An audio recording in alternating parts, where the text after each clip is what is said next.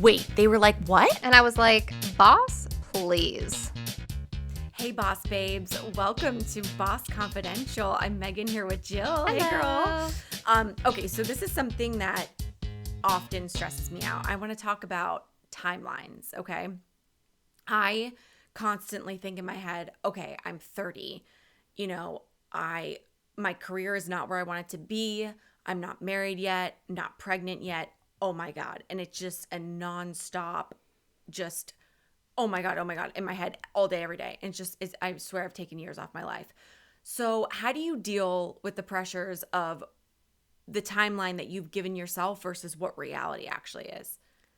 I think I've had to deal with that in the last couple of years because I've been with my fiance for 6.5 years.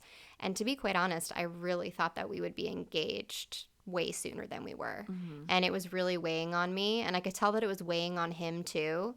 And, you know, I have like my parents in my ear being like, you need to stop talking about an engagement. Like, he's going to dump you. And I'm like, shut up. He's not going to dump me. But like, it was bad for a while, like waiting for it. And there was always something that wasn't, you know, going to make it happen. It was like money. And, you know, we don't have enough to afford a house. I don't have enough to afford a ring. I want to give you all of these things, but I want to be ready. And my whole viewpoint of it is like, well, we're never going to be ready, so why not just do it now? And I think through therapy and through my own positive self-talk, I've kind of talked myself off of a ledge in those moments where I was like, what's going on here? Like, we live together. You know, I'm turning 30. I want to have kids. I don't want to be an old mom. I want to be a young mom. I want us to have energy for when our kids get a little bit older. And I want us to be able to enjoy life. So yes, I do think about it a lot. I'll say my timeline has moved, obviously, because we did get engaged in April. Yay. Yeah. But I still think about it all the time because if it were our choice, we would get married tomorrow. Mm-hmm. Like, we've already talked about eloping. We just want to start our life because for us, it's like we live in California. We both have decent jobs, but we don't make enough to own a home, to have a pet. These are all things we want. Yeah. So I kind of threw the timeline thing out the door. I think that that's what you have to do. Like, nothing's realistic at this point. Timeline adds so much pressure. And I've seen it all across the board. I've seen young moms in their 20s killing the game. Mm-hmm. But I also work for a woman that just had her first baby at 42, got married at 40, and also killing the game. I think what's meant to happen in your life will happen. And I'm totally just speaking what I tell myself to calm myself down because I know I sound very like level-headed right now, but trust me. Oh, I know. I know the truth. You know the truth. But for me, it's my career. Like, I thought I would be way ahead of the game by now. And I didn't realize how much the struggle was actually going to be real. But now I'm kind of thrown for a loop because, I mean, granted, now I am dating someone and that's exciting. And you know, you always want that person that you're dating to be the one because no one wants to go through heartache all over again or whatever.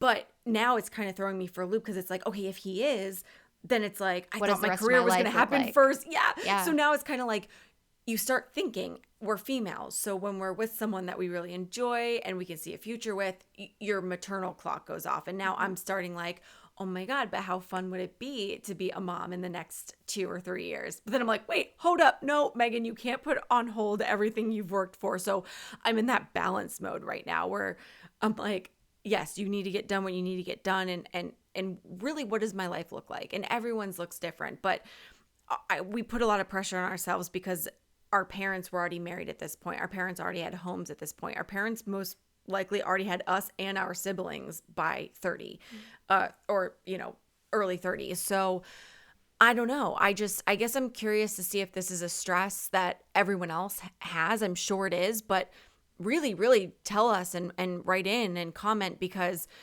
I think it's something that we need to band together and hold each other's hands through it because we're all in the same place. Well, I do want to say too, a lot of feminists and women out there, they say, you can have it all. You can have a family. You can have a great partner. Yeah. You can have it all.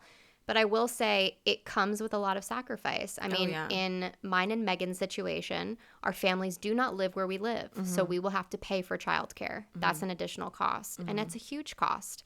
And you want good childcare because it's your kid. Right. And then you have to decide, okay, am I going to take on this work and not be there to feed my kid dinner and bathe them? Right. And I don't think enough people are talking about the sacrifice. I think they're just saying like, oh, she's superwoman. She can do it all. And to be quite honest, like it probably sucks. Oh, yeah. It really does. Like the fact that you do want to have it all, and the women that do look like they have it all together, I really have to give props to them because I can't imagine what it's like behind closed doors. Oh, and social media makes everything look perfect. Oh my God. Well, you have so much pressure added to social media because you have to be that person that you see in pictures or, that's, self-put on pressure. But I just feel like, can you really have it all? I don't know. But what I've started to do is really look at my career and decide, okay, I like what I'm doing now, but I want to love what I'm doing in the long run. And how can I love what I'm doing in the long run while still making myself happy and feeding my creativity? And it's been quite the challenge because you ultimately have to make a pivot if that's what you want to do. So it's a lot to think about. It's a lot to think about. And one more thing I'll add is you brought up a very good point a couple episodes ago. Both our moms went through a major career change once we were grown. Mm-hmm. We were in high school. Oh, yeah. They got their second chance. Mm-hmm. So it's almost like we really haven't seen,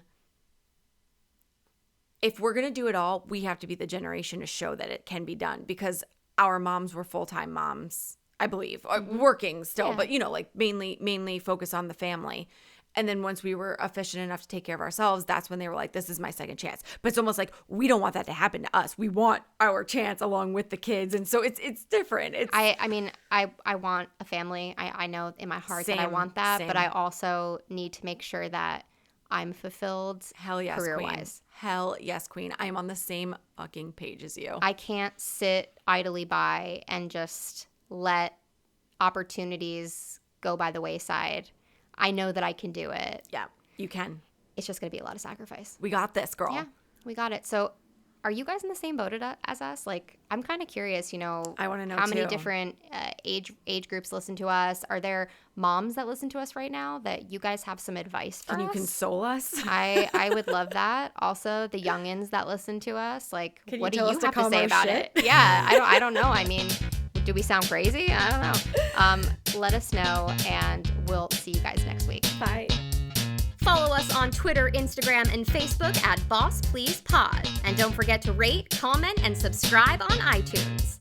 Navigate the path to your best self with us, because bossing together is always better.